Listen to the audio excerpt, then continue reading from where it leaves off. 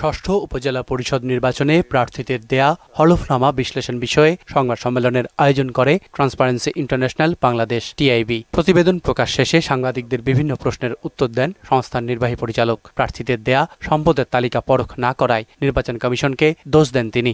নির্বাচনী ব্যয় যেটা নির্ধারিত সীমা আছে জাতীয় নির্বাচনে এবং স্থানীয় নির্বাচনে, সেটি লঙ্ঘিত হচ্ছে কিনা সেই বিষয়টি পরখ করার কিন্তু দায়িত্ব আছে তাদের, সেটিও তারা করেন না। ডক্টর ইফতেখার বলেন, নির্বাচনে উত্তাপ বাড়াতে দলীয় প্রার্থী না দিলেও অন্তর্কলহ ঢাকতে পারেনি আওয়ামী লীগ। ক্ষমতাসীন দল যেটা জাতীয় নির্বাচনের ক্ষেত্রে যেটা করেছেন, নিজেদের মধ্যে প্রতিযোগিতার সৃষ্টি করেছেন এবং এটা করতে গিয়ে আবার অনেক সময় যেটা প্রকাশিত হয়েছে ক্ষমতার কেন্দ্রিক যে অন্তর্দ্বন্দ্ব, কোথাও কোথাও সহিংসতা। আদর্শ ও শৃঙ্খলার অভাবে অবৈধ সম্পদ অর্জনের মাধ্যমে নেতাকর্মীরা ফ্রাঙ্কেস্টাইনে পরিণত হয়েছে বলেও মন্তব্য করেন তিনি। দলীয় আদর্শ চেতনা বা জনস্বার্থের তুলনায় যে অবস্থানটা আমি নির্বাচনের মধ্যে পাবো সেটাকে অপব্যবহার করে আমার সম্পদ এবং আয় বাড়াবো, এটা হচ্ছে মূল উপাদান।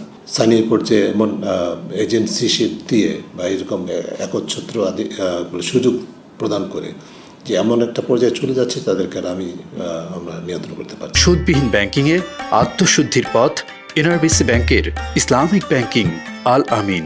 উপজেলা নির্বাচনে দল হিসাবে না গেলেও বিএনপি নেতাকর্মীদের বিরুদ্ধে বিভ্রান্তি সৃষ্টির অভিযোগ করেন টিআইবির নির্বাহী পরিচালক। বিএনপির একটা বিভ্রান্তিমূলক অবস্থান ছিল, মানে দল হিসেবে না হলেও প্রার্থী হিসেবে দল ঘোষণা করেছে বর্জন, কিন্তু দলের অনেক সদস্যই অংশগ্রহণ করেছেন।